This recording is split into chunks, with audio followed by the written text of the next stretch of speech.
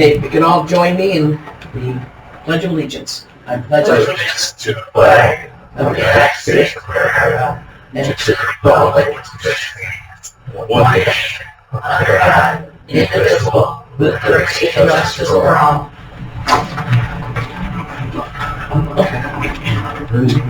Okay. Minutes first. Is there any corrections or additions? Hearing none, do I have a motion to accept? Second? So moved. Okay, going right on to resolutions. All right. EP1. Resolution of the County Legislature of County of Oswego, New York, approving the Oswego County Civics Facilities Corporation Revenue Bond Series 2024 North Oswego County Health Services DBA Connects Care Project, issue an aggregate principal amount not to exceed $8 million. Saying all of that, well, first, can I have a motion to discuss? Yes? Second? What this is now, I've been a legislator for 7 years, never heard about it, what a Civics Facilities Corporation was. So I did look into it. And basically what we have, it's a group of people, basically they're the same as the IDA members, plus, I believe Phil and our treasurer is also on it. And when a not-for-profit wants to do a huge project and issuing bonds would be the better way, they come to a Civics Facilities Corporation. Several counties have their own. It's not like this is our own thing. And what they do is they come there and they plead their case of what they want to do. The board decides, yes, this is something to do. Civics Facilities issues the bonds for them. And then what happens is whoever buys the bond, this whole purpose of our resolution is to allow the purchaser of the bonds to have tax-free interest from what they're getting from the money that they're lending, because in doing so, they can lower the interest rate to the borrower. Thereby, I believe Connects Care is going to get almost $2 million more because the interest rate is low. So it's a good thing for our community. It doesn't. Yeah, the Civic Facilities Corporation is created by the legislature. It's a local development corporation appointed by the legislature. Mm-hmm. The bonds are not debt of the county. No. And the resolution does reference the minutes of the hearing. The hearing hasn't happened yet, but the Civic Facilities Corporation will get the minutes to the clerk on Friday after the hearing, so that the legislature can consider those as mentioned in the resolution. Okay. Questions? Concerns? Right. Does Connects Care hold all debt? The corporation issues the bonds. Okay. Not Connects Care is receiving payments. This was done previously for the library expansion, and then they were refinanced for the library about, 7 years ago. Yep. Thereabouts. So this isn't the first project Civic Facilities has done. And I'll just add that, as you said, we haven't seen a project in a while. Because interest rates were so low for so long, tax-exempt financing wasn't that attractive, because the way it works is, so say if the interest rate during when interest rates were at historic low were at 0% or 1%, for banks to borrow, and then the bank says, okay, our margin on top of that is 2%, so they're lending at, say, 3%. The tax-exempt value is about 21% of the value of the interest. So on a 3% loan, they can only reduce the interest rate by about 0.6%. When interest rates are about 8 or 9%, 21% off of that is substantial. It's in the 2.5% range, which actually makes it a viable financing tool for these types of projects. So, and Mel, you described it pretty well. What the tax-exempt does is it allows the bank to pass that through to the borrower, because instead of them having to pay interest on the interest that they receive, the tax on the interest they receive, they're able to keep the interest rate low to Connects Care, which will make over the 30 years, they'll pay $2 million less than if it was a traditional financing in terms of principal and interest. So that's where that makes sense over time, and then that's money that they will use to pay for more people, to do property upkeep, to invest in more equipment, and just help the business overall to be successful. So, who would oversee the hiring of contractors? Would it be Connects Care, or would it be this group No, formed? the corporation wouldn't oversee the hiring. Who would oversee? NextCare has to file reporting as to the bond issuers, but the renovation of that building will be project handled by ConnectCare or its general Yeah, contractor. general contractor, Yeah. probably Chase, Yeah. with ConnectCare's approval. So just hypothetical, say ConnectCare couldn't pay this bond, who pays it? Well, it's not, there's no recourse to the county, there's no recourse to the facility corporation. It's, think of it like a traditional financing, it's just this is a tool to allow that to be a tax exempt financing. So it's completely to the responsibility of the borrower, it's not to there's no liability or debt. To the taxpayer. Correct. Yep. Does he have a note mortgage together with this? Mhm. Yeah, they're bundling. Yeah. Any other, yes? So who owns the building? Currently Pathfinder Bank owns the building. They are selling that to ConnectCare and LaChase as part of this project. So they will own it before they start the renovation? Yes. And what will happen to the current tenants that are in the building? So currently there's only one tenant in the building, which is Aquaspa. Aquaspa has a lease with them, and I think that they have the intentions to keep them there, although I would also say that Aquaspa also has plans to do a relocation and expansion in the city of Oswego at some point in the future, but it's a pretty big project, so it's, financing contingent on that. Okay, but they'll be aware of it. Oh, they're very aware. Okay. They've been aware for over a year now. Yep. Any other comments or? Okay, so all those in favor? Aye. Opposed? Carried. EP2, resolution fixing time and place for public hearing relative to proposed County of Oswego Local Law Number 4, entitled a local law declaring Oswego County as an eligible area under New York State Environmental Conservation Law 110935 and authorizing participants in a deer hunting program. We did this again last year. And what it is once we declare this as an eligible area, Oswego County in certain parts, is that 12 and 13-year-olds can hunt with an adult. It isn't just like letting them, here's a gun, kids, go out in the woods. It's a chance for our youth to understand and get real life experience in hunting to continue it as they become an adult to go on the road. Motion to discuss, second. Any comments, questions? Hearing none, all those in favor? Aye. Opposed? Carried. EP3, resolution providing authorized agency funding under County Law 224 to the Oswego County Historical Society, Dr. Mary Walker, Congressional Medal of Honor display case. It was brought up during a legislative session about Dr. Mary Walker and all of her accomplishments and how the museum is actually having, they're calling it the Dr. Mary Walker year of her. And, well, first off, I'm sorry, motion to discuss, second. And we have all received things requesting money. And I wasn't sure if the county could actually give money to a not-for-profit. But asking Rich, he says yes, actually, because it is a museum, a historical society within the county that is a benefit to us. And we're saying something about one of our own. So due to that, it is allowed. And so we have, through tourism, have suggested $10,000 to be given to them to house the Congressional Medal in a case at the place. When I was reading about her, there was one thing that caught my eye, and I said, I like this woman, is that she got married in the late 1800s, but during the marriage ceremony, she says, I refuse to say, I'll obey. He said, nope, I ain't saying obey. So she was quite a woman of a visionary, a prohibitionist, abolitionist, a woman dressing code, quite a woman. So I think it's well worth it. Any comments or suggestions? Hearing none? Those in favor? Aye. Opposed? Okay, number 4. Fixing time and place for public hearing relative to the request of landowners inclusion within the existing certified ag district pursuant to New York State ag law. This is our annual thing where we set a time and people will have an opportunity to discuss those that have brought forward their petition to the Ag Farmland and Protection Board to be included in the ag district.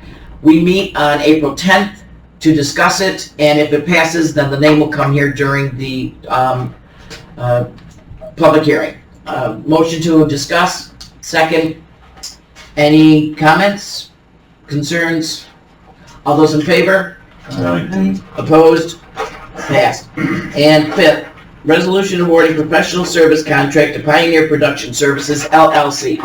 This, motion to discuss, second. Phil, I'd like it for you to give the wherewithal, since you're the one that talked to them, and I'm very excited about this. I think it's a great opportunity for Oswego. This is the television documentary series Viewpoint with Dennis Quaid. They approached us to be part of their Discover America, Great Places to Live, Work, and Play series. They produce 3 products for us. One is the segments that appear on PBS, which will appear, I think, 400 times, or no, that's the second one. If you watch PBS, their shows usually end 5 or 10 minutes. They're not a full hour. So they put in short documentary programming in that final part of the hour. This is one of those. In addition, they do that goes out to all 50 states and is viewed by about 60 million people.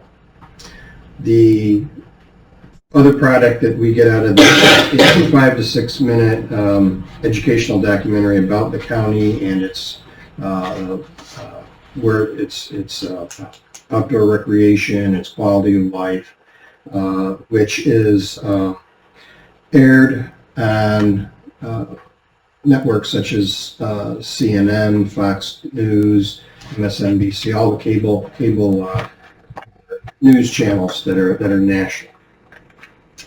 They also do that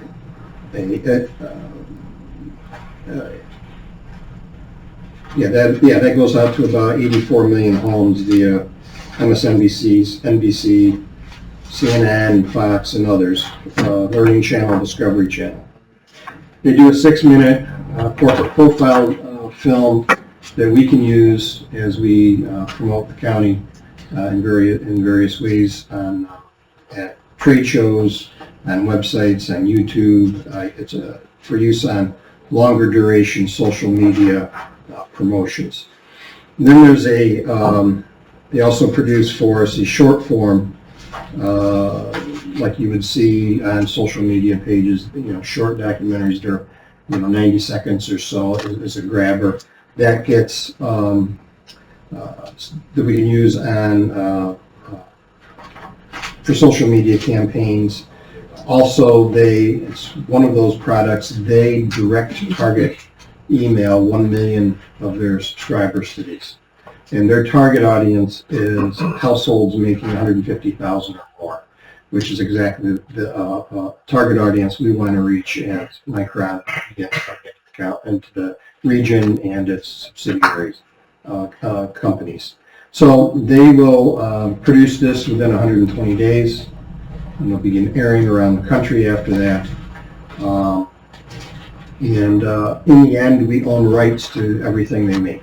The only thing we can't reuse without their permission is Dennis Quaid's introduction to the documentary portion that's aired on PBS.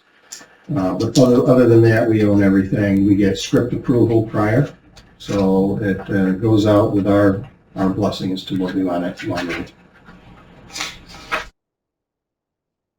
And it's going to cost us $29,000. And the money comes from tourism? Yep.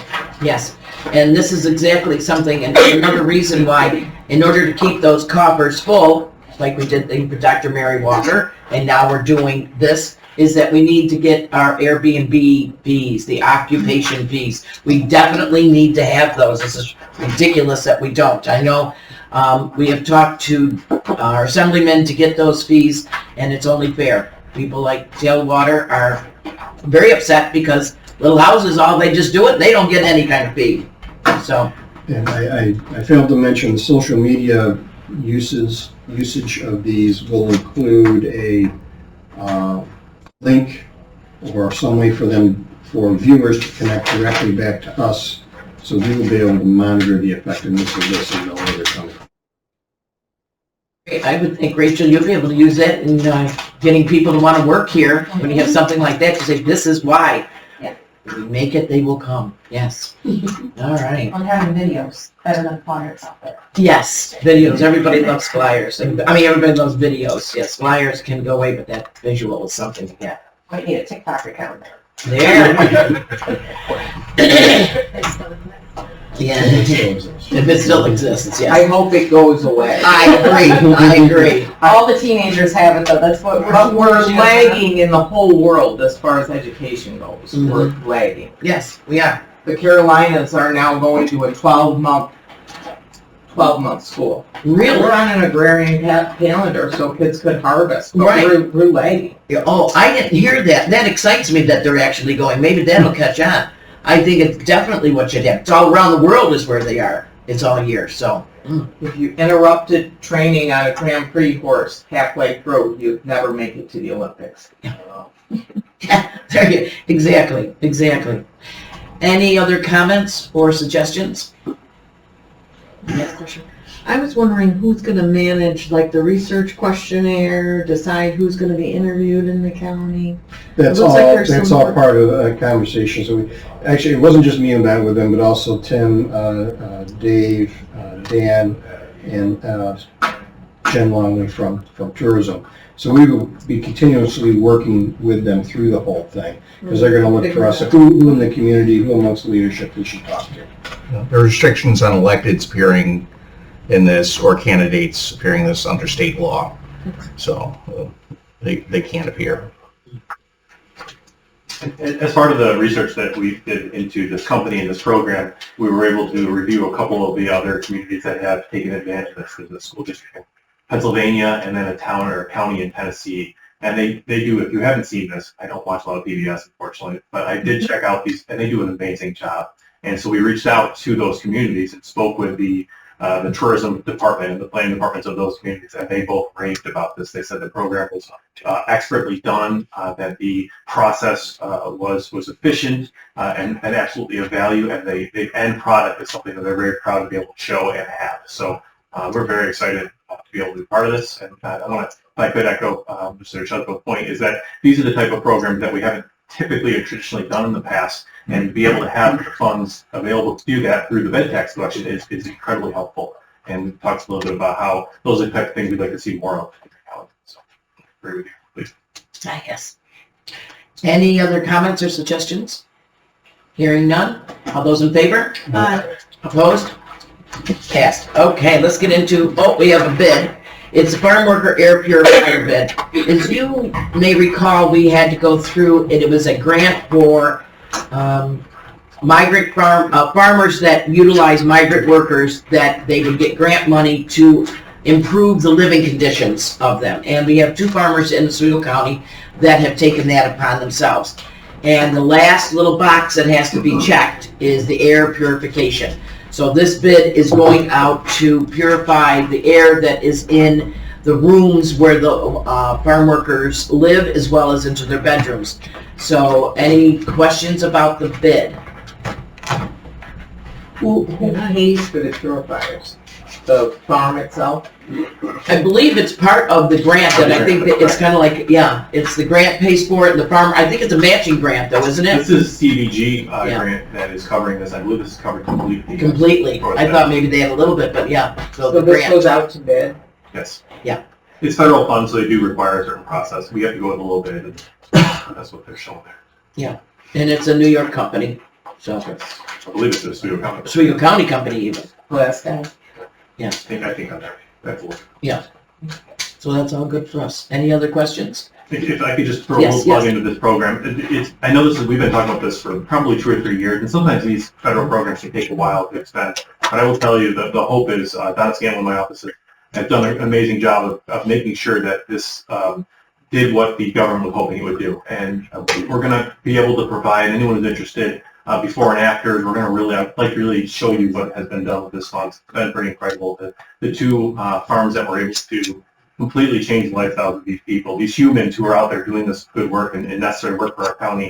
And, I won't say that the before quarters are something I would want to necessarily live in, but the afters, they really are. And I think you'll be excited to see what this fund was able to do in our county. We'll be putting that together once it closes out. Any other comments? All right, let's move on to reporting. Once again, we're going to have Legislative Day. I love this. This is one of my favorite days. We couldn't do it for a couple of years. Paul, would you like to get up and give us a little thing about it? For those of you that are new, may not know about it. Yes. Mr. Chairman, I actually need a first and second. For Oh, I'm sorry. First, a vote. Yep. Okay, a vote for the purifier. I'll move. Thank you. Move, second, and all those in favor? Opposed? Passed. Thank you. Thank you. Perfect. You got it, Paul. So just real quick for an update, and I'm sorry that Betsy's not here because I can't tell you how many times Betsy told me that she was absolutely thrilled with the opportunity to work on the 8-year review of the Ag District. It was one of the high points of her job. So that's done. Thank the Lord. It has been approved. The state has accepted it. It's been signed off on by the commission. So the next one comes in 2031 will be the next major review. Yeah. So I wanted to make sure that got in the minutes, that it's done, it's over, we're all set, everything went well. Okay. Oswego County Government Day. Cooperative Extension in partnership with the county has been doing this for about 55 years. It's been around a long time. It did get paused during COVID for obvious reasons, and we are trying to bring it back. I have to be very honest and tell you that Phil and I talked back in February really just about whether or not we could do this and bring it back. And I started to ask some of the school districts, and they took it and ran with it. They wanted it. The superintendent started calling me. We got calls from teachers. They want this program back. So we are going to make an attempt to make it run this year. It'll be at the I think it's May 7th, is legislative session. I have already met with the superintendents of schools, and many of them remember this program and are very happy that it's coming back. So just a quick overview for people who may not know. It's a full day that they spend with county government and with their legislature. So we used to pair them up, and they would, some of the legislators would pick up the students in the morning at their homes. We don't do that anymore. For obvious reasons, that's all changed. The schools now provide transportation if a parent can't bring a child to the county building. But it starts here at about 8:30. The students come in, they get checked in, they meet their legislator if they're here. And then the morning is a mock debate, mock resolution. Legislator Chesbro and I are working on trying to come up with an appropriate resolution for them to debate. They'll do that for a little while, and then after that, we put them on a bus, we take them over to the Public Safety Center, and they meet with the district attorney, they meet with a judge that still has yet to be determined which judge is going to do that for us. Then that group is split up. Half goes to the 911 center, the other half goes to the sheriff's department. And they get a tour of that section of the building. From there, we put them back on the bus. It's a busy day. We put them back on the bus. They go for lunch. It's usually at the Elks Club. And we ask that legislators come and meet with them and sit with their student for lunch. After lunch, we put them on a bus and bring them back here. And they get to spend the afternoon with their legislator actually witnessing what happens in legislative session. I can tell you, I've done this job I've been the Director of Extension for 26 years. And I can tell you, in the 26 years I've been here, there are 2 programs that consistently come up over and over and over, with adults coming up to me and saying, I remember this, I remember that. First is County Government Day. Absolutely. I can't begin to tell you how many people have come up to me and said, I went through that, I remember it. And the second is 4-H public presentations. And I can't tell you how many people said, I got into college because I learned how to speak. I got into my first job because I learned how to speak. So this is one of those keystone programs that we do at Cooperative Extension that I absolutely love. I think it's a great, great program. I'm sorry that it's so rushed this year. I don't think, I don't want to put words in Phil's mouth, but I don't think we had any idea that this thing was going to take off like that. Because when I was talking to him, I was certainly trying to figure out, are we going to do it now? Are we going to do it tomorrow? How would we do this? And it just took off like wildfire. So they want it. And so we're almost there. I'm waiting for one commitment back from one person.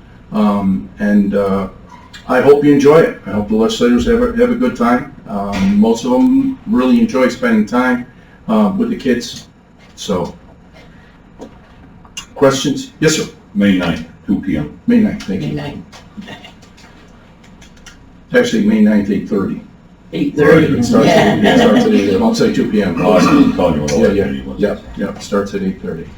Yeah.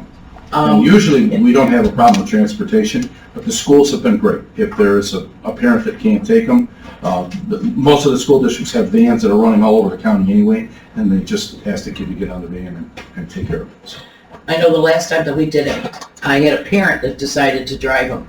And so they drove their daughter up, and they stayed throughout our session and everything, and they were so impressed with what went on. So it could be parents in there watching, or they could just drop off and pick up, but I think it's a great experience for the kids. There's no way around it. We're educating them, having them a view of it, and they understand how laws go and what we do. And I think it's a very big thing that we need to do, is to inform maybe the public as to exactly what we do here. So, and I love the debate. It's going to be good. Yeah. And I've got a couple of them already. Yeah, I have two. We'll talk. I came up with two. So if you got two, I can pair over. All right. Any questions or comments for Paul about this day? I hope you're all going to enjoy it as much as the kids do. Yes. Does every single school district participate? Every school district participates. Every single one. How the students are chosen is up to the teachers. Yep. So some teachers do a contest. Some teachers do whoever's the highest in the school. As a general rule, I have never refused someone. So if someone calls me, I've had parents call me and say, why isn't my kid part of this? Right. We make room. Okay. We find them. I remember one year, Morris Sorbello, I had no place to put kids, and Morris took 4 kids. And he looked at me like, are you kidding me? Mm-hmm. And, so we always try to find a place. We want to make sure that we're including. So, but yes, all 9 school districts do participate. I think the real part that I love is when we're at the Elks Club at lunch with these kids, listening to these kids talk and what they're talking about in school, and their whole thought process is fascinating. Even though I've got grands that are doing it, it's good to see what's happening with it. So, any other comments?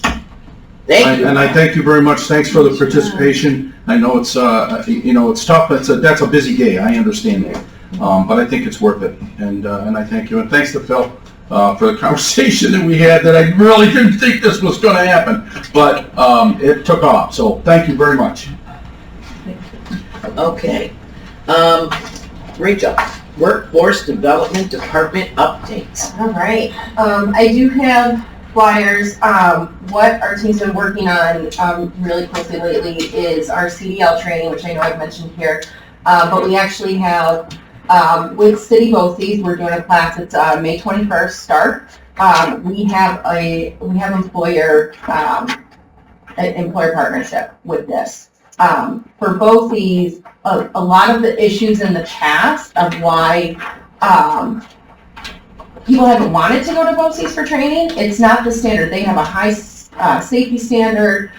They have a high level of training that employers like, but with their one lease truck, it takes sometimes a long time to get through the training just due to scheduling and truck breaking down and anything that can go wrong with that. So what we have done with this, and the flyer that you have is for information sessions for people that are interested, and as of right now, we have 10 or 12 people signed up for tomorrow info session, and I believe there's a handful already for the week after as well. And just so you know, these classes have only had about 6 or 7 people over the past year, so we're already in the info session halfway more than that.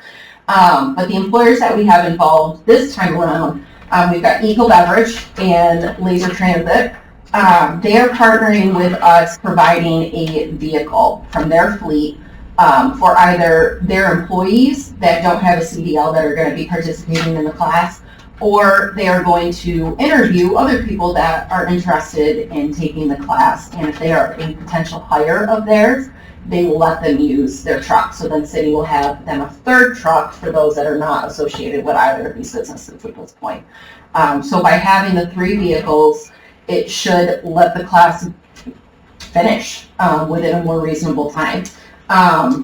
We are also, right now, we had conversations with County Highway Department and Fulton, City of Fulton DPW has reached out as well because of the vacancies they have or employees that they have that need their CDL. So we're trying to see if there's something we can do for a special cohort for those groups and what we're going to do. I know we're also working with Heather and BOCES getting another school bus training course for over the summer to have more school bus drivers training for the upcoming school year in the fall as well.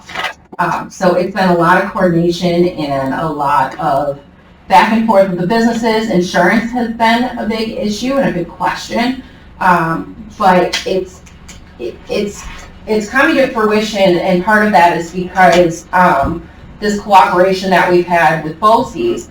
But how the insurance works, from my understanding, is the truck is insured under the business, and by having then a city instructor in the truck, the time that that instructor is in the truck, then it is under BOCES insurance.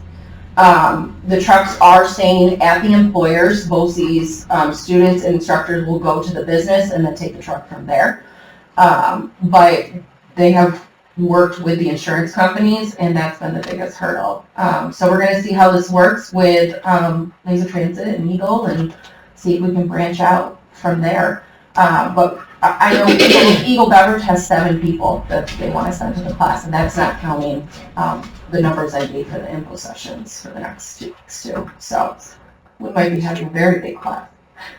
Well, I guess with NTTS, they're going out of business, correct?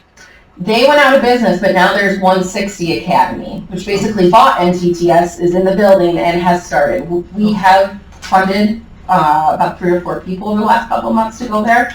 The biggest thing with that, they just churn people out of there. I mean, they're meeting the minimum requirements that they need per state to get their license. And they do get the classes done quickly. I believe you could get your B in a week. Whoa. Yeah. Most people will go for 2 weeks and get a little extra driving time, but it's very quick. But it's not the safety standards that a lot of these employers want to see. Plus, NTTS had contract with Swift, so a lot of their graduates just went to Swift. So then no one else was able to pick them up. Will people be able to upgrade from a B to an A through this program? Yes. Okay. Yep. City currently offers, they have A, B, and a bridge B to A program. And actually looking through yesterday, I think we've sent, I want to say 5 or 6 people through that bridge program this past year. Now, cost-wise, is this 160 or whatever, I'm sorry, that you said, do they cost the same, more? More. So they cost more, and they do less work, basically, with the kids? It's, their A's are more. The B's I can't think off the top of my head, but BOCES, BOCES is $6,000 for a B and $6,500 for an A. And for this, we're going to cover the full tuition. Typically, we come off about $200-300 off the top, so that the individual actually has some skin in the game, because we notice that we get more success rate. Yeah. We may have to put in a couple $100. But for this project in May, we're going to pay the whole tuition to BOCES with our WIOA funding. Does that cover hazmat and everything too, if they wanted to get it? They do have that, yep. They have 1 instructor right now that can teach any of the indoor sets. Well, Talking to a dinosaur back when I started driving, it was class 1, 2, and 3. I started out with this tree and I didn't keep it like maybe 3 weeks. When I advanced to the 1 question is if they want to take an A license that will cover the B. Yes. Yeah, they all start and get the classroom theory training together, and then it's into the vehicles. That's what the difference is. Thank you. Yeah, and with the businesses, Laser Transit is providing an A.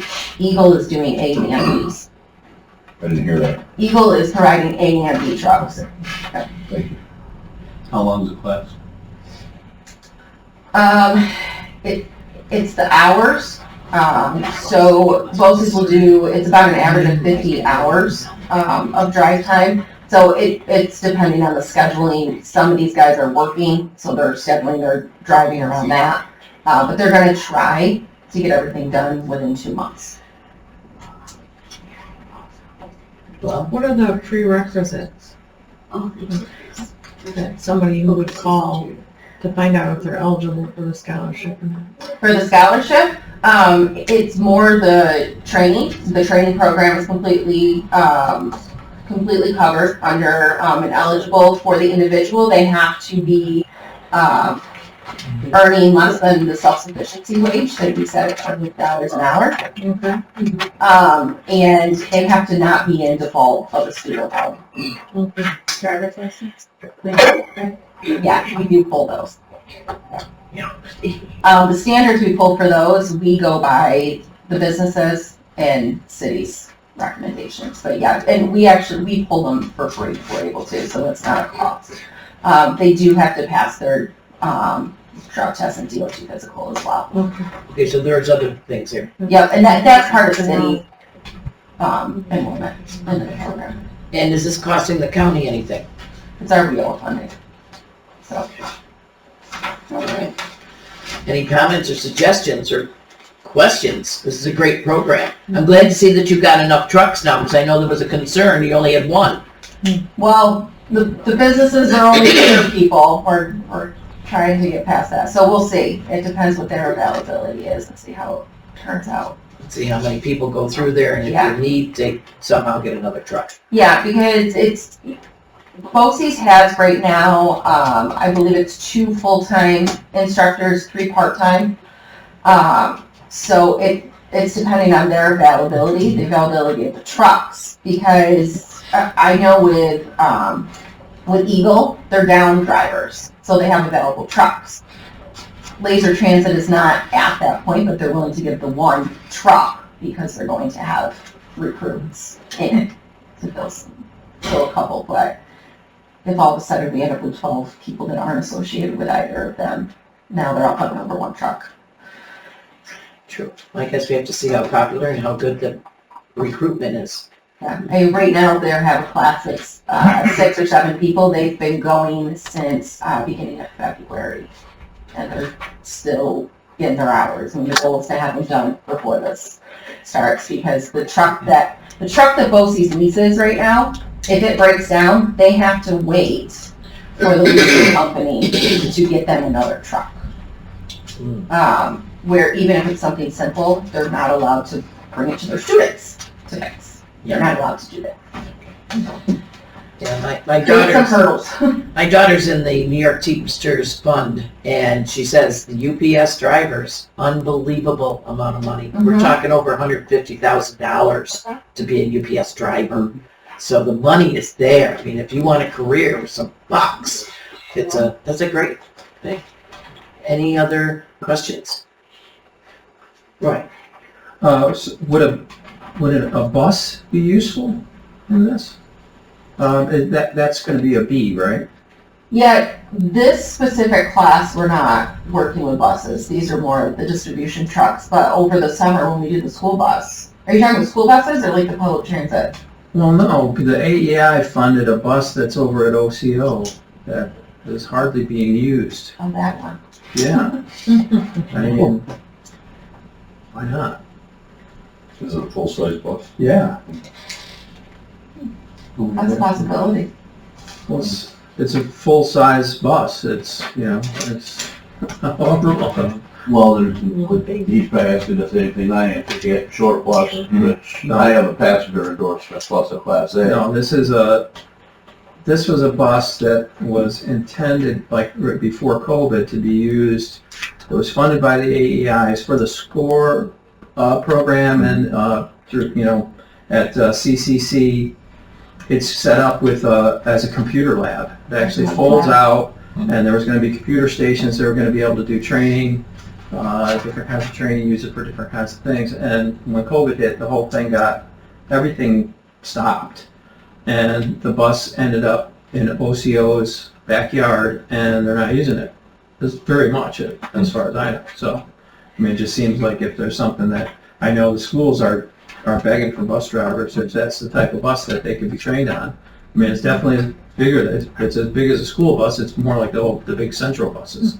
Yeah, what we found with the school bus, because when we did the cohort a couple years ago, the schools were more than willing, and this is where we got the idea for this project, more than willing to supply the buses. Because they were sending people and saying, yes, they had people hire letters contingent on them just passing the training. So the buses are easy because during the summer they're sitting most of the time. Right. Too. Okay. Yeah, but that's a good idea. I know it's kind of in the back of my mind for work keys initiatives. Great. An important thing to know is that nobody that you get in to hire really wants to work because they don't want to affect their heat, their HUD. That's the mantra we hear. If they even show up to the interview. And I'm not alone. In 47 years, I've never had a problem. And it's not grooming. It's peripheral health, mandatory for cleanup. 2 restaurants in town are on the verge of closing. I intimately know them. Everyone I've talked to, you can't get anybody. I put my name in. I had 1 call, and she never showed up. I did Farnham. I had 1 call. Well, I had a couple calls. Some were pretty scary, but and I don't scare that easy. But they're coming in private cars that they must call, and they're driving them like they have a private chauffeur, and they're pulling up. But the one day of training, I got the call at 11 o'clock, which is the conclusion of the training. My car didn't show up. Could I come at noon? I said, we're done right now. We start at like 6:30 in the morning. So there's a pretty big broken piece here. And it's all tied to benefits. Nobody wants to screw their benefits up. And one of the CEOs at the Apple plant, who's now has a very big position at Novellus, will tell you the same thing. Mm-hmm. That's all the words out of everybody's mouth. They want to do the least for the most, and they want to get as many benefits as they can. They really don't want to work. Like the fall of Rome, they'll be playing on their iPhones as the troops march in and just take them over. It is the laziest, most unmotivated. I think the phone should be thrown in the river. Never allowed in schools, but the work ethic is gone. So I think you're going to see an implosion of small business employment. I sincerely mean it. I think you're preaching to the choir, Marie, because a lot of we us are can't very screw aware. up our HUD, our heap, our what. There's so many. I need a cheat sheet to keep up with all the bennies. I will say there is advocacy right now with the state to increase some of the levels instead of 200% to 400% income rates, so that people can be earning more money and keep some of those benefits for a certain How about just working more? The jobs are out there. How about everybody in the family work? I've had it. Yeah. I'm ready to throw the towel in and walk and just say, bye-bye, Oswego County. God help you. Well, it ain't just Oswego County. We're a big one, though. Big time. One of the guys who moved from the Carolinas here because we have the best health care available. Easiest to get on. So it's discouraging. Wow. I got one to pile onto that. They have to pass the drug test before they worry about their benefits. Mm-hmm. Thank you. My husband's had to pass drug test his entire life. You can't operate a crane or get in a nuclear plant without it. You would be amazed that people walk in the door, get a job, and they can't pass a drug test. What do you mean I can't take CDs? What are you talking about? No, my back hurts. That's why I take them. Wow. Doesn't pass the drug test. Mine hurts too. Just keep going. Any other comments? Thank you. Rach, got any other thing? Just that we've been working on work keys. I actually had a conversation with a couple people at City BOCES yesterday. We're trying to come up with an action plan for the next about year and a half of how we want to get the schools more involved, get out in the community, how are we reaching the businesses, and really just getting a path moving forward now that we have the designation. I don't know if there's anything you really wanted to add. Just that we're planning on, I think, a June 18th event at City. We'll kind of roll it out to invite both people who would be willing to take them or are interested in taking the work keys assessments, and then businesses, how they sign up. So we're planning that event, make a pretty big announcement for it, and hopefully have may try to kind of recap all the things that we've been doing with a lot of these different programs to try to get focus on workforce development, and also rolling out the fact that we separated workforce out from DSS, and how that can hopefully impact Mike Cron coming to town. And like Marie said, getting more people off the bench, if they know that they can make a good deal of money, twice or 3 times more than what they're supposedly making off of benefits, then maybe we could get more people off the bench.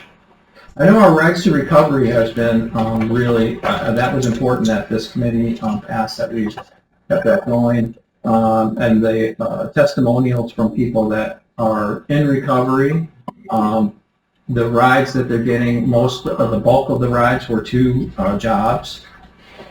So those are people that are back in the workforce. So that's the kind of thing we need to keep for people who do want to work, who want to advance themselves. That's the kinds of things that we're doing with providing these trainings, paying for the trainings, paying to get people to the training in some cases. So, we're going to be trying to do more of that with transportation, try to let people know what's out there so they can make something out of their lives, be self-sufficient. I have a meeting with DSS actually this afternoon too, to see how we can partner to have work keys available to those that are on public assistance, because some people just bury because they haven't worked for so many years that they're not being helped. They're very capable, but by having work keys to show that they have the skills for certain levels of jobs. How about mandatory back to work?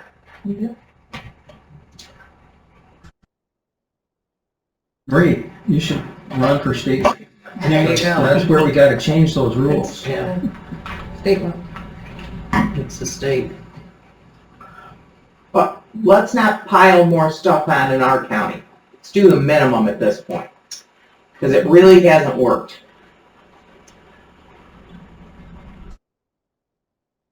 Any other comments? Okay, thank you, Rachel. Let's go right on to Operation Oswego County updates. Sure. So 3 things I wanted to update, plus answer any other questions. First thing is that the Operation Oswego County, along with Oswego County Workforce New York and TDO, is hosting a manufacturing summit on April 17th here in Oswego at the Riverside Room. That's all of the manufacturers in Oswego County are being invited to that to learn about the different programs from both at the state level, county, workforce, and everything in financing that are available to manufacturers to help our existing manufacturers to grow and stay competitive in New York State. Also inviting a few of them that are sort of also looking at Oswego County so they can get the whole host of everything that's available if they were to relocate a business here. So we're doing that on April 17th. It's going to be a panel discussion. There's 3 panels, one on incentives, one on workforce, one on financing. So it's going to have a little bit of everything from someone from the largest manufacturer like Novelis all the way down to a 1 or 2 person manufacturing operation looking to try to grow a 1 person operation to a 2 person or a 2 to a 4 or something. So we're bringing a little bit of everything to that, and that'll be 11:30 to 3 on April 17th. And Where is this again? It's going to be the Riverside Room at the Clarion Hotel here in Oswego. So it's where the Steamers is, the room off to the side of Steamers.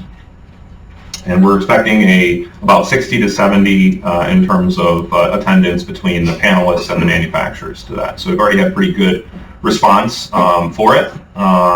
Put it out there, and it's an invitation sort of event because we don't want a ton of people going who have nothing to do with manufacturing. They're kind of taking up seats in a limited seat location, but we've had very good response so far in terms of everyone who's signed up.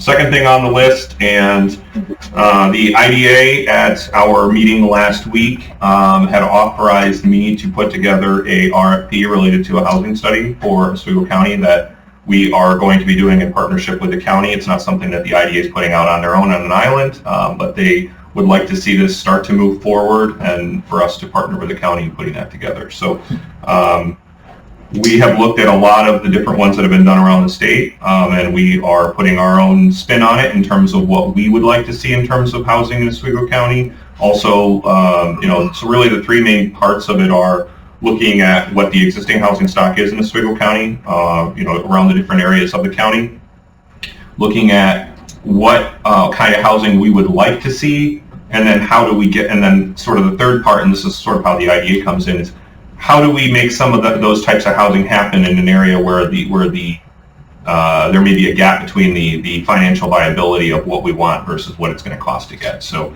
those are sort of the components of what that housing study would look like. So we anticipate that'll probably be ready later this month, and obviously before it goes out, we'd want to go over that with the county and make sure that we're all on the same page. So. Well, wouldn't that highlight also where we need water and sewer? Yes. I mean, if you know where you can build the houses, but... Right. Well, I think part of the study is going to look at sort of the short term and the long term in terms of these are the areas that can support housing now. These are the areas that can support housing with the right infrastructure. So that'll also help to influence some of on the infrastructure side of where does it make sense to put infrastructure, because it's an area that makes also sense for housing. Okay. Roy? Will you have a component in this that sort of rates different areas like the Renaissance Association did? It's a good question. We weren't planning on doing it because this is going to be so countywide. That could maybe be something that could come out of if you wanted to do some more local. If certain communities wanted to do that on their own, so say if Pulaski or Central Square or other places wanted to get into that kind of granular detail about that. I sit on the board for Oswego Renaissance Association, and I know how much work that was when they did that for Oswego. That was a multi-year process just to do the housing stock study on a block-by-block basis in the city of Oswego. So I don't think it's going to get into that type of detail for a countywide study, but I think that could be something that comes out of it, is, if a community wanted to get into that kind of a detail to do, sort of a healthy neighborhood approach, which is what that's called. Yeah, see, with the success of the Renaissance Association and the Fulton Block Builders, it just seems to me to make sense that we are looking at something like that countywide somehow, because the whole concept of, targeting areas where there's only a few chunks of blight in between otherwise really good neighborhoods is just such a great. It's worked so well in Oswego. And I can say, because I sit on the board for it, that ORA wouldn't be as successful as it was if you didn't have Paul Stewart pushing that thing. It didn't happen on its own. It really took an effort of somebody doing that with not getting paid and just having an irrational sort of, I'm going to make this work. So you really need to have like a structure if you're going to have those in different communities, somebody who's really kind of heading that in each of those communities to make it work. There's a lot to it, but I think it is a very successful model. I think Oswego actually is, with their healthy neighborhood, they got the idea from Jamestown and they've gone way past whatever Jamestown did. So we're sort of in uncharted territory of how successful that program is. There's nobody to look at this point to say, where do we go from here? Because that program is sort of leading the way now.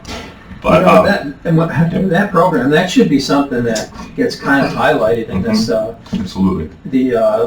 The television program that we're talking about for PBS, the whole idea of it, and how well that's worked. Yeah, that's great. Thanks. Our success stories. Ed?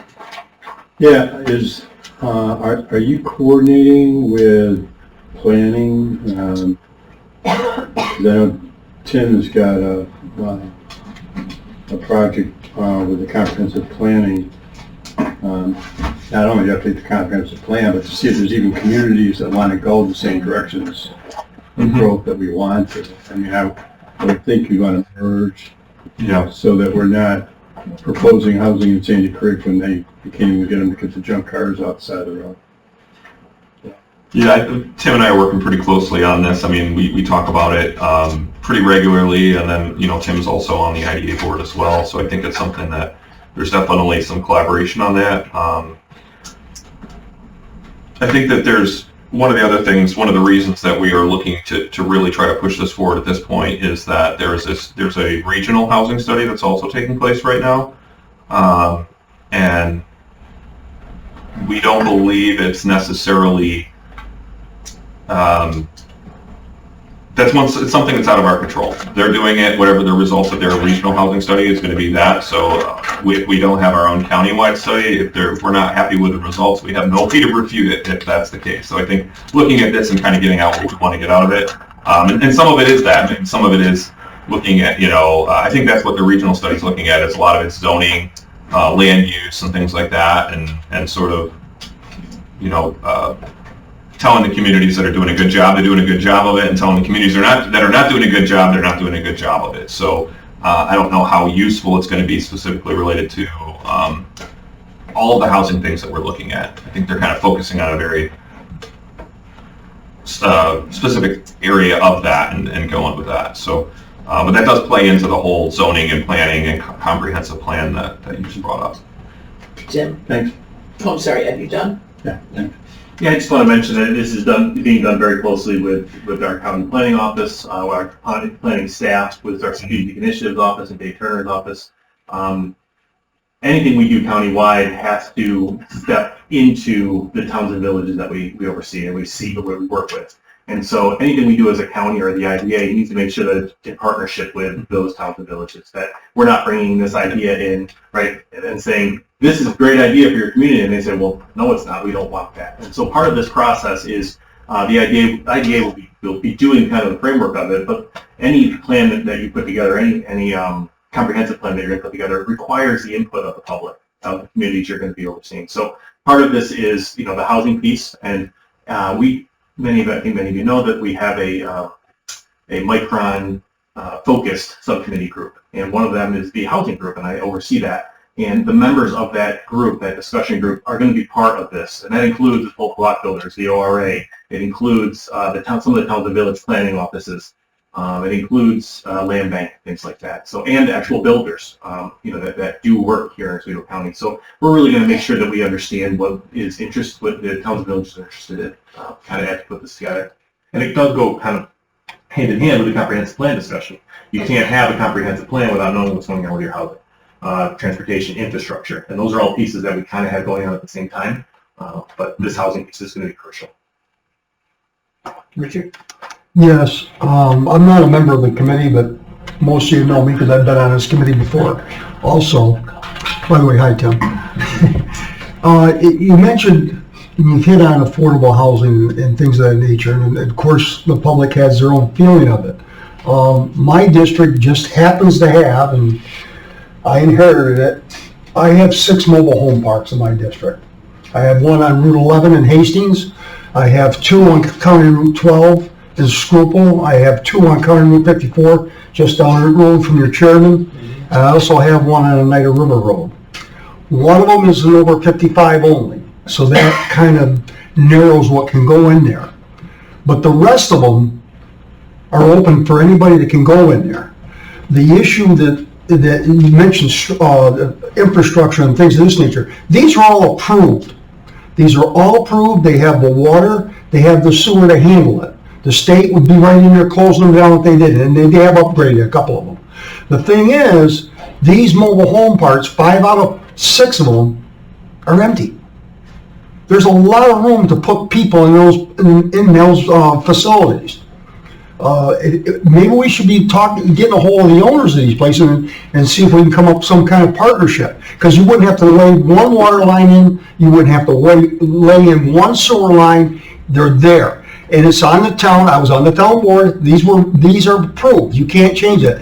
We have zoning in our town for those. So just food for thought. We got a fairly easy way to work on this. We got to grab a hold of it and do something with it. It's an interesting concept, is that I didn't realize a lot of them were empty. You're right, it's got water and sewage. Mm-hmm. One thing that I noticed with the NISAC, and I'm concerned, is when it says that there's a priority in accessing funds such as downtown revitalization, New York Main Street Regional, New York Forward. The local community must be certified by the New York State Division of Homes and Community Renewal as a pro-housing community. How is that going to affect us? Is that pro-housing community? Is that meaning we have to have a certain amount of low, medium? That concerns me, that we could lose millions of dollars by not.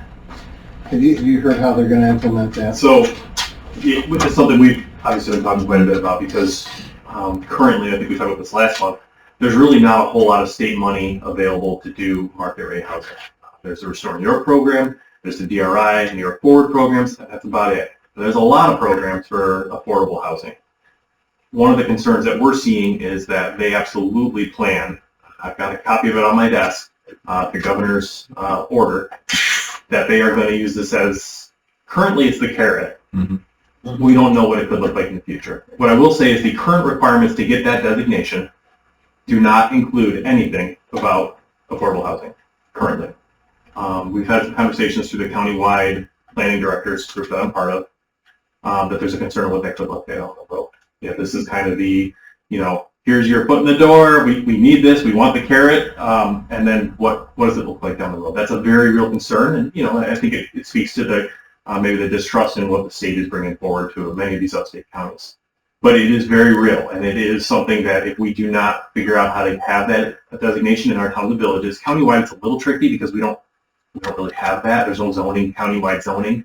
But the current process would include, and Austin, correct me if I'm wrong, but current process is actually pretty easy to accomplish. You have to pass a resolution stating that you are in favor of housing growth. I think there's some, or you have to show that you've done at least a certain amount of housing investment over the last 2 years. Yeah, you have to show over the last 2 or 3 years that you've created X amount of housing, or that you have passed a resolution stating that you are committing to create X amount of housing over the next 2 to 3 years. So it's either a look back or a look forward. But neither of them currently state low income or affordable housing or anything like that. It's just houses in general. So it's a pretty easy bar right now. You pass a resolution, we want to create this, we're committed to doing so. You get your name in the group, you're in the list, and you are now still eligible for the bonuses for the grants. They're competitive. And we've seen Restore New York this year was, again, a great program. We've used it throughout this county. Lock 1, a couple other projects in the county have tapped into this funds. Those communities, every one of them except currently the Village of Alaska, would not be eligible for those bonus points. And in a world where you are competing with every other community for tiny scraps of money, this year $60 million total for all of Restore New York in the entire state. That's essentially $1 million per county.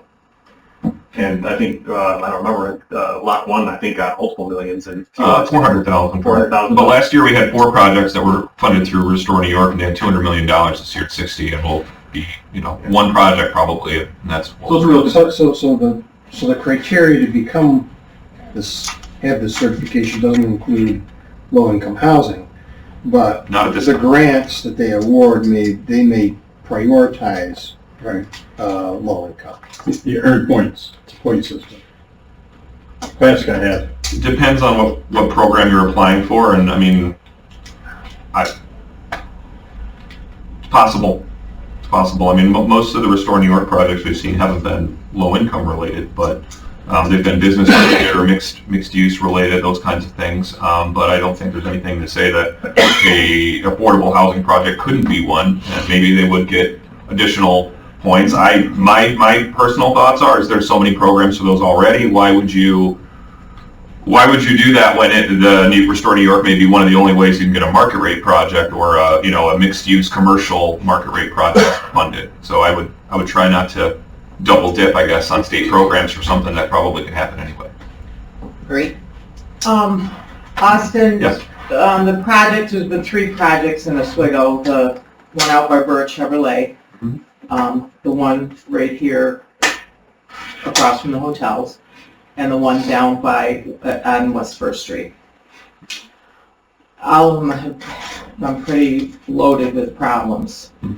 What I've noted, and I ride around every single Sunday morning around the Oswego area, There is no retail space utilized in any of these buildings. And if I recall properly, and could get a copy of it from Rich, that was part of their deal. They have not fulfilled that part of their deal. And they've had all kinds of tax breaks. We've had a huge burden on our police force. It is a nightmare. So how do we enforce that? What's the deal with that? Now, So- one thing has been utilized. So the one by Burritt, I'm not sure. Well, they don't have it. They don't have a pilot. West agreement. First has the retail space. Yep. And So Harborview Square and First. East Lake Commons is what I I'm can't talking keep about. them all straight. Yeah, so right now, I can't share who, but there's potentially a deal being negotiated related to Harborview Square commercial space. They're working on that, and we're involved in trying to help push that forward. We've reached out to East Lake Commons, trying to help them with their issue. They've got under 5,000 square feet to try to lease over that space. Yeah, I mean, it's a challenge right now because I think a lot of these projects were anticipating having a stronger commercial demand for space that they haven't had.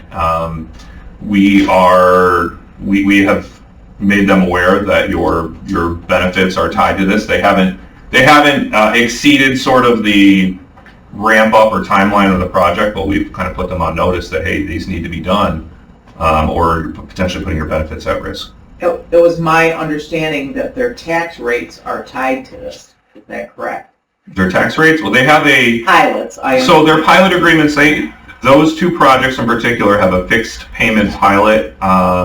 East Lake does, and then Harborview Square has a fixed one, which is based on a percentage of net rent generated. It's a this number or this number based on the greater, the lesser of this number or this number. So,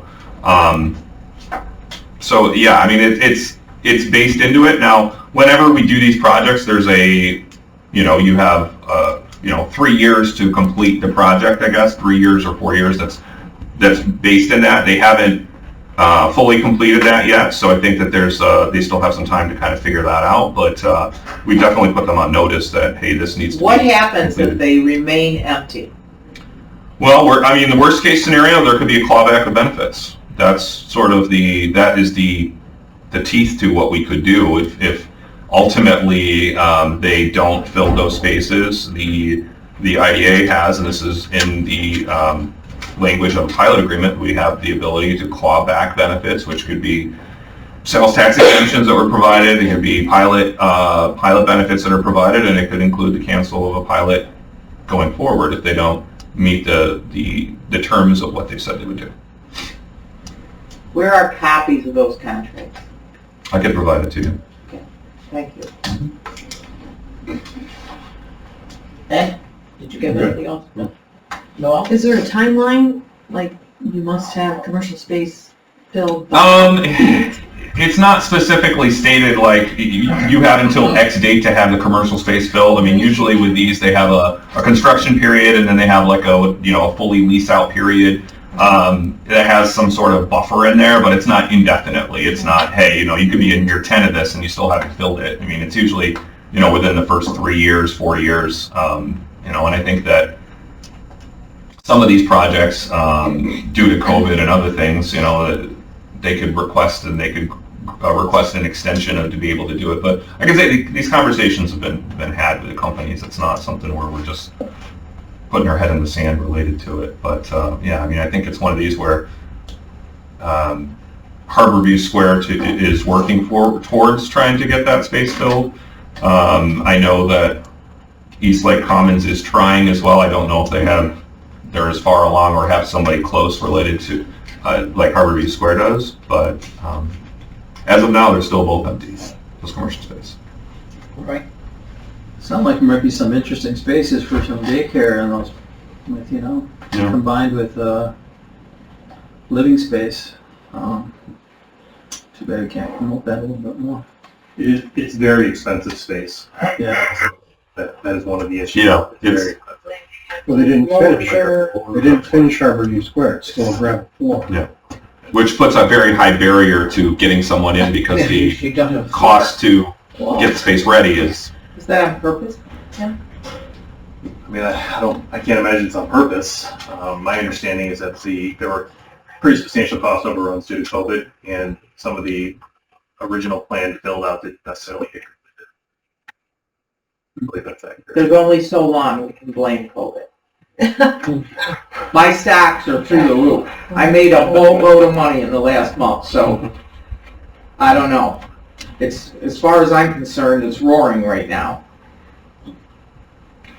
One last thing I wanted to, and we can go back if you guys want to talk about it, but one last thing I wanted to make sure before I forget is we went last week to Town of Scribble for site plan approval for the industrial park expansion. That process is now started. It'll be now coming to the county for 239 review, and we anticipate, unless there's something that we're not aware of, that the site plan will be granted at this month's Town of Scribble Planning Board meeting. So just want to let you know that's moving forward, and hopefully, you know, crossing fingers that we can, you know, get some shovels and start breaking ground by the end of this year. It's always nice to see that shovel on the ground. Awesome anticipation. Any other questions for Austin? Okay, let's go into planning and community development. Jim? All right, Heather apologizes she can't be here. There was a kind of quickly thrown together the management meeting for this morning in regards to Monday's solar eclipse. So she, again, apologizes. But just a couple quick updates from transportation. The software, the VIA software everyone's been real excited about is rolling out and moving forward. I know she's excited to share some updates on what that really does, but we expect that to revolutionize our public transportation, to provide quite a bit of more oversight and accountability to the vendors, but also to provide incredible software in the hands of the folks ready to get, where they get to the point where they'll be able to see exactly where their bus is at all times. It'll help with getting people reliably to work in other areas, and it's been an exciting one. So I think that's a cool program. The second one is the bus racks, which we've talked about quite a bit. They've all been ordered, and we expect to see those here in the not too distant future. So look for your new OPT buses. There will be no confusion between our buses and OTO buses, no between our buses and Central buses. I think you'll be excited to see those. And then lastly, we did order 3 new buses funded through a grant agreement, and we expected it to be anywhere for up to 2 years, but we're hearing they're going to be available in the fall. So that's exciting too. That's much quicker than we expected. So those are your transportation updates. Any questions that I can bring back to her? Anything anyone's looking for? Just as a reminder, public transit is going to be closed on Monday. Emergency services are still available, but the normal OPT routes will not be Monday. Awesome. Tim, I just had a question related to the buses. Are those, and this is just me with my economic development hat, are those buses made in the U.S. or made in New York State by chance? I don't think they're in New York State, but I believe they're down south somewhere. That's what I was told. I don't know that for sure. Great question. Are they going to be gas or electric? They're going to be gas, but you all know, I love to laugh, but that's a big deal. One of the things we've been talking about going forward is is that New York State mandate for electric buses. That could be devastating to our local transit. So it's something we need to look at. The charging rates are going to be very difficult. We talked to a couple vendors about it. The conversations with the National Grid are that they don't even have the infrastructure to be able to handle it. It's a very interesting conversation to be had. They don't do well in the cold. No. Well, that was Centro said that the size of the battery that they would have to have just to keep a bus going from Syracuse to Oswego is unbelievable, and then throw winter on it, and they don't do well in the winter. I mean, you're going to lose all the energy to heat it. They said what they were told is that, oh, well, what you can do is you can and heat the buses with diesel.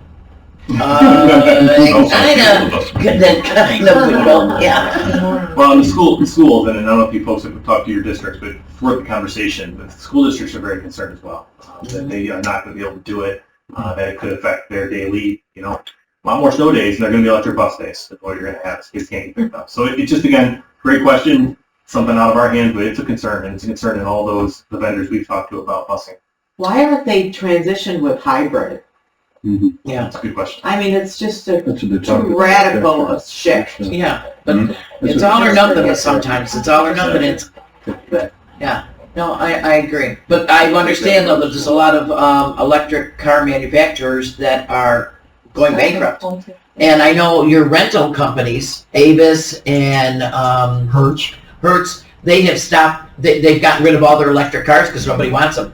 I've in ridden parking one lot. Tesla in a snowstorm, and it got encased in ice, and then you have to find where you're gonna charge it, and it was interesting. They got a long ways to go before this thing is gone. We haven't got to Hybrid, you gotta be able to shift. Well, we had that big blizzard in Buffalo 2 Christmases ago, that I don't think it was very televised, but there were some really terrifying stories about people in Teslas during that snowstorm. Yeah. So something, again, that's not really our world, but it's something we need to think about. And it is affecting our future transportation for the county, because the vendors we've talked to are not willing to expand because they're not sure they can't buy a bus tomorrow, and they can't go buy 50, they can't replace their fleet with electric buses. So there's a concern that some of these current vendors who are busing are going to get out of the system. So the school districts that don't have theirs, that contract with some of these other vendors, I know that Fulton and a few others are that way.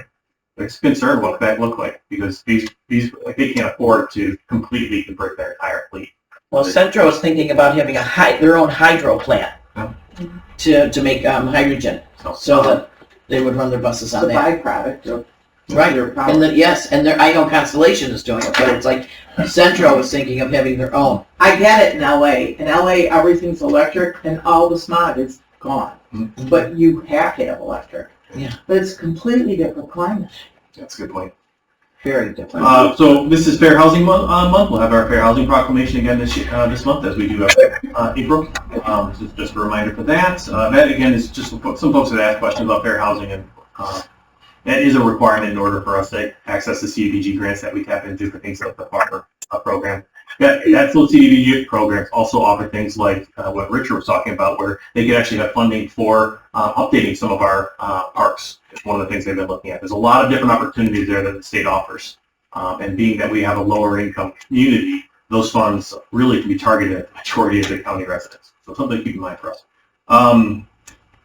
Couple quick things. We've been working with a bunch of our towns and villages, village in Town of Mexico, Town of Minetto, Hastings, Pulaski, and a bunch of other ones in the last month, just having meetings talking about what they want their communities to look like, working with Austin and with Davis initiatives to really start to get that communication structure. We held our first 239 review meeting. It was virtual. We had 34, I think, towns and villages participate, and planning boards and attorneys. It was really well attended. I was encouraged by that. Just remember, we just last year the legislature passed the 239 10 update, and so some folks hadn't done that. And one of the other things we look at, and if you're interested, legislators, to find out what your towns and villages are requesting, we did also track the last 5 years worth of requests, 239 requests by town and village, to kind of get an idea of who's asking and who's not. There are some interesting information that comes out of that. So we may be reaching out to you to help with your planning board if you want to. If you don't, we can do it ourselves too. But just as a, hey, here are the rules of why you need to ask and what the purpose of that in the county. As a reminder, that is advisory only. The local boards can overvote us. Okay, so that's updated there. This is initiating update snowmobile clubs. So you know this community or this committee oversees the snowmobile program. We have 10 snowmobile clubs in our county, and they're funded through money from the state for maintenance of their trails. That way that works is we get the money from the state, we fund them 70% of their money. They then spend it down, they show us their expenditures, and then they can get up to that 30% that's left over after the season's over. So 70% up front before the season, 30% at the end. But they have to give us real updates, and they have to show where they spent it. And as you can imagine, a season like this one, as well as last one, we're at a place where a lot of the clubs got more money than they used. Typically and historically, the state would allow you to leave that money in the bank and then net it off of what you're owed for the next year, right? You didn't spend it, the money's in your bank account, don't write us a check and we'll write you another one next year. Well, the state is running into some concerns with, they're not saying they're out of money, but they have almost completely used the money that they had in the fund, because that fund is paid for out of the registrations from the snowmobile clubs. And so every dollar that comes from the snowmobile registration goes into this fund, statewide. And then they break that money out based on the total miles that you have. And again, that's where your 70%, your 30% comes from. Well, what they're saying is that because of all the money they put out up front, and because the registrations were so low, there's not enough money. And there's some concern what that could look like going forward. They're able to pay the clubs this year, but it was kind of a keep an eye out. Now, I have not called the clubs yet. We are going to be communicating that to them. We're waiting for some final information from the state. So if they watch this, they have more update than they will have shortly. But I wanted you to all be aware of this, because when I send this out, and I'm going to call each president just to kind of make sure they hear it from me, but there could be some concern here, and probably rightfully so. We don't know what this looks like down the road. They could go to a reimbursement-only model, where instead of fronting the money, you have to spend it and then get it back. That could affect some park clubs. Many of them don't have a bunch of money in the bank. So, again, I hope that the future doesn't have these, one snowfall per winter, but we don't know. So you may hear about that. Obviously, that's a big piece of tourism for our county. Something. Sure I will. Yeah. I'm sure you will. But that's good to know. It's good to know in case somebody asks about it, yeah. Anybody have any questions on that? Okay. Baseball fields, really cool update here. Anyone who is heading south out of here can swing by the Legends Fields today if they'd like. They are rapidly putting down the turf, and it's real exciting to see it there. I believe 2 of the fields have already been almost completed. They're just doing some touch-ups around the outside of it. And we've had some really good meetings with local clubs and with school districts to find a way to make sure that it's available to anyone who's interested. There's obviously some transportation issues for some of our other school districts to use it, but it is available. And if any of you have conversations with your athletic directors, your schools, or anything like that, let them know. That's something that we are looking to partner with them. On an exciting note, I think we mentioned this last month, the county is actually, under our new hire we got at Parks and Recs, I think you all met maybe 2 meetings ago, Kyle, is putting out a program for girls softball, free to any community member who wants to use it. And that's exciting because many of our girls who want to play baseball, at least in Oswego and some of the other areas, would have to play with the boys. They have to play with the boys. And a lot of times what we found is that's not necessarily what they wanted to do. And it created a disinterest in softball. And so it was going all the way up into our varsity and JV softball. There's no feeder program.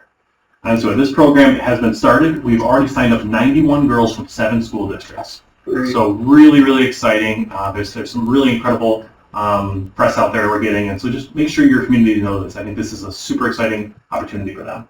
And that program will be going, I think it's a 4 or 6 week program that's going to be offered free of charge to any resident in the county who wants to do it. And that'll be at our Legends Fields. That's double the amount that we said last month at Legends meeting, so that's excellent. It's moving really quick.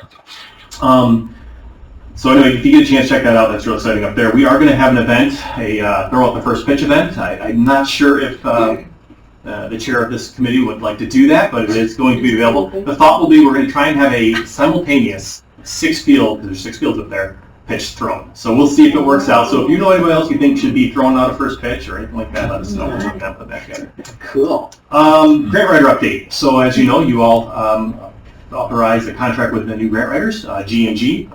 And so we've been working with them very closely to try and get an understanding what each office is looking for, the departments here. They have had, I think, maybe a half a dozen conversations with some of the department heads, and there's some cool, exciting projects that are going to be moving forward, we think. So excited about that. They've been emailing me almost twice a week, trying to make sure that they know what the county's looking for. And along that lines, we had Oswego County just got, in the last 4 weeks, so between the last meeting and this one, congressional grant awards. $1.75 million was given to the North Shore Sewer Project in Constantia, and $750,000 was given to the town of Oswego's wastewater project. So those were both congressional grants. We're in the process of putting together congressional grants for this year.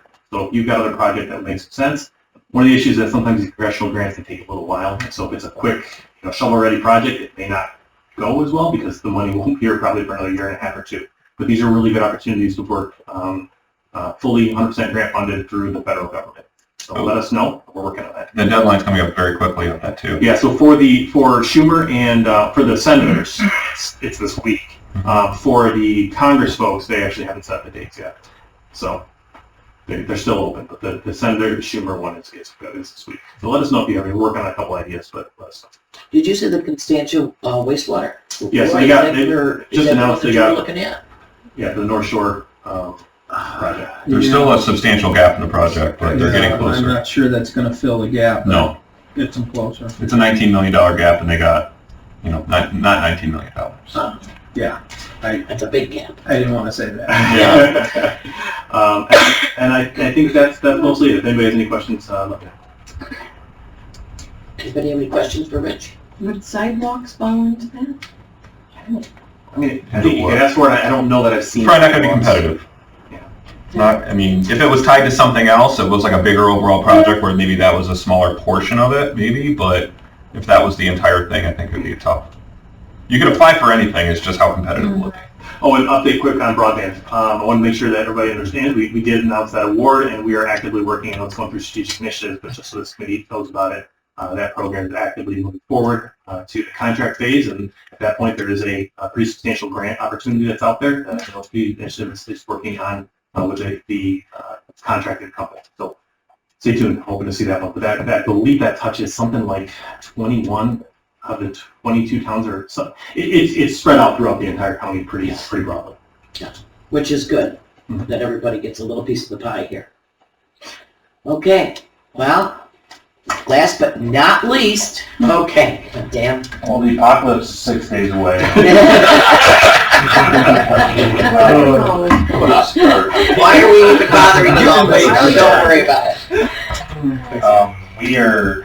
We're dealing with the college as well as the Syracuse area for our weather. We're not using like a weather.com. It's looking very good as of right now. Saturday, all the weather should be out. Sunday and Monday, the high of 48 on Sunday with a high of 55 on Monday with Sunday with no rain. As of right now, we're getting a lot of phone calls in our office from a lot of people as far as Philadelphia that are asking what's going on in the area, because as we are getting good weather, places that we're supposed to get good weather in Ohio are now not getting good weather. So it's sort of like wake up and decide where are you going to drive 6 to 8 hours to view this once-in-a-lifetime event. We were up at Tailwater last week. Those guys are really excited for everything they're doing up there. We dropped off about 200 classes. We probably have about 1,200 left in our office. Everyone's more than welcome to come down and ask for more if you need some. Hopefully we don't run out, but we're hoping for a very good day and a very a high influx of people into our area. There was an emergency manager meeting this morning. I had sent Jen Longley. We have another one Wednesday as well.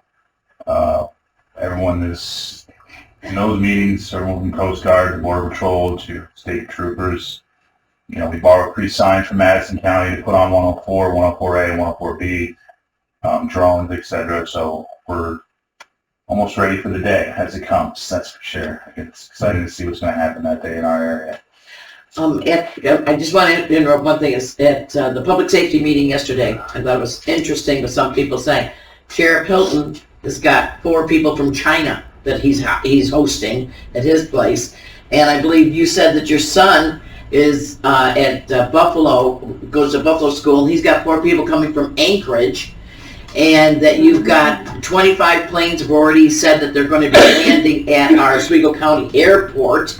And I mean, that is way beyond what we normally have. It's my understanding too that Niagara County has already called for a state of emergency in Niagara Falls area. Yeah. We did this morning. Okay. Yeah. That's gone out this morning. And Yeah.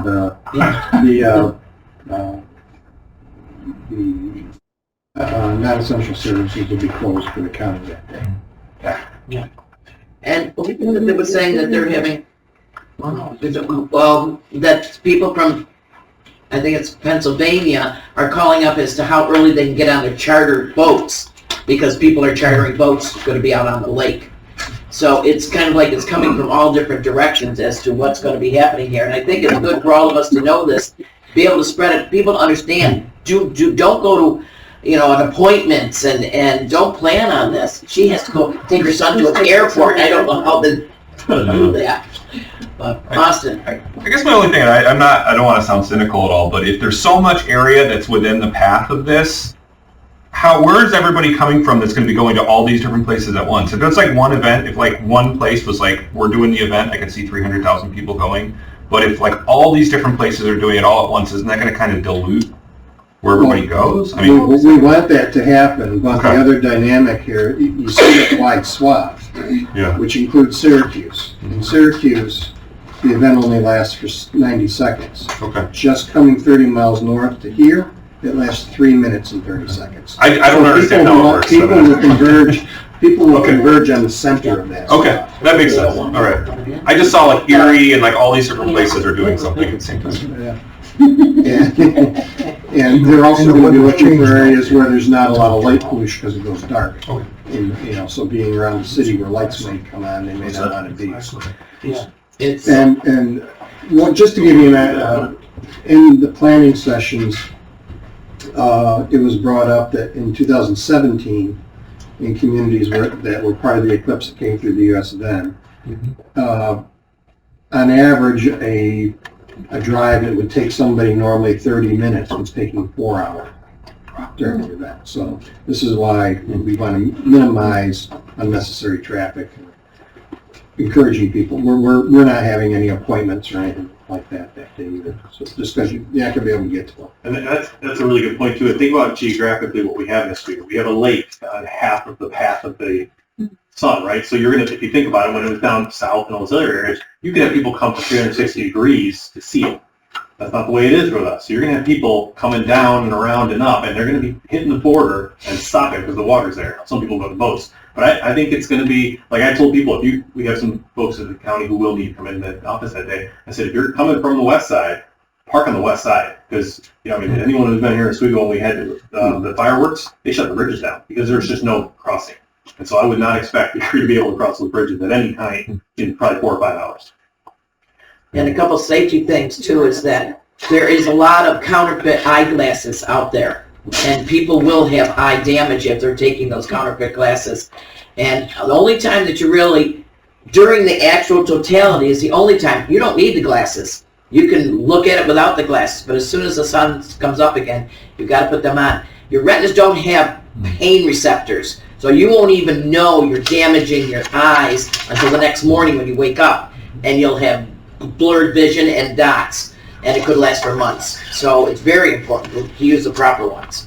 Just whenever you guys are all done, there's one thing I forgot to do during my update that I want to get out because it's pretty important. So whenever we can get back to that. All right. I'm sorry to disrupt you with and Roy, you had a comment?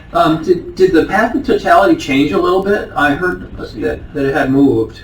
How it didn't impact us? Not really, no. Okay. Yes. That's a force beyond us. Yeah, like Marie said, is that if you have to get them from the correct website or the correct manufacturer, if they're from Amazon or anything like that, be careful. And to get to Phil's point, is our motto has been come early, be late. Most hotels have a 3-day stay window. But quite excited to see how many people come to Oswego County to enjoy it. Like Phil said, it's only 30 seconds to Syracuse. So anyone that's just Syracuse, so anyone in that half-hour, 45-minute bubble that wants to take a half-hour drive, to see 3 minutes and 23 seconds of full totality, they'll have to come to the lake. I did feel a question from a woman. She asked me if I had the power to turn all the streetlights off during that.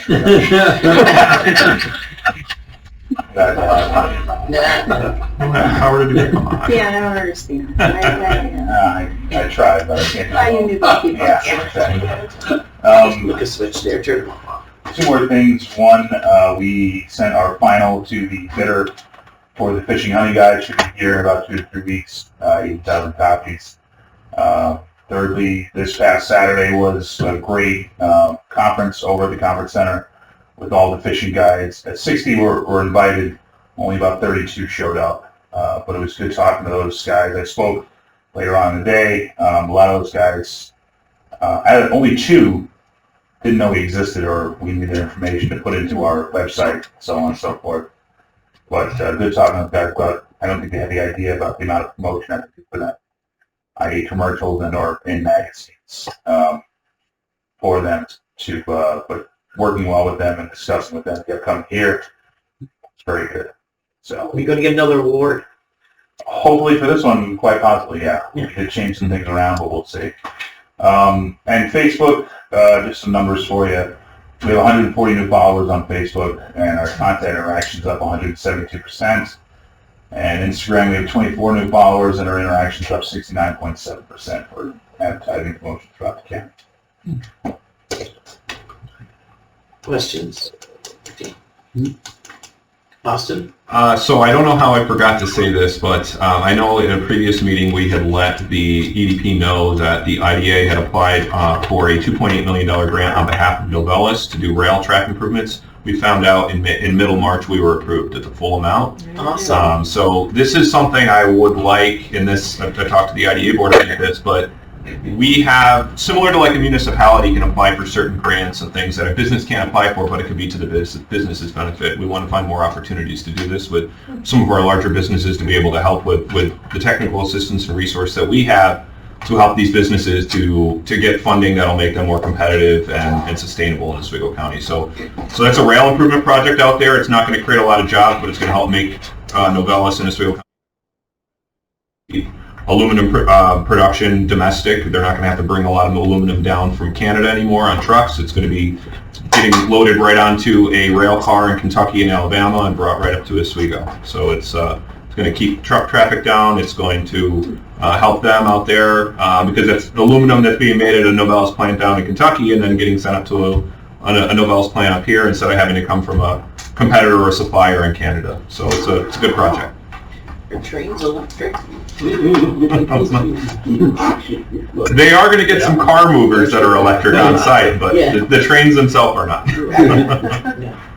Well, Austin? Yes. Will the port be invited to the manufacturing event? Yeah, I don't see any issue with that. No, I mean, the programs that are available are not specifically programs that would be available to the port, but the port is obviously a stakeholder. They're a stakeholder to our manufacturing, I would call ecosystem, manufacturing ecosystem. It's a great point. Right. Would your manufacturers event be a good day to have like a big poster that said the first work rate community in New York State or Northeast? Ooh. And have information about it? Yeah. I think that was on Rachel's list to talk about. I think we should definitely have that on the table too. Information about it for sure. Yeah. I thought.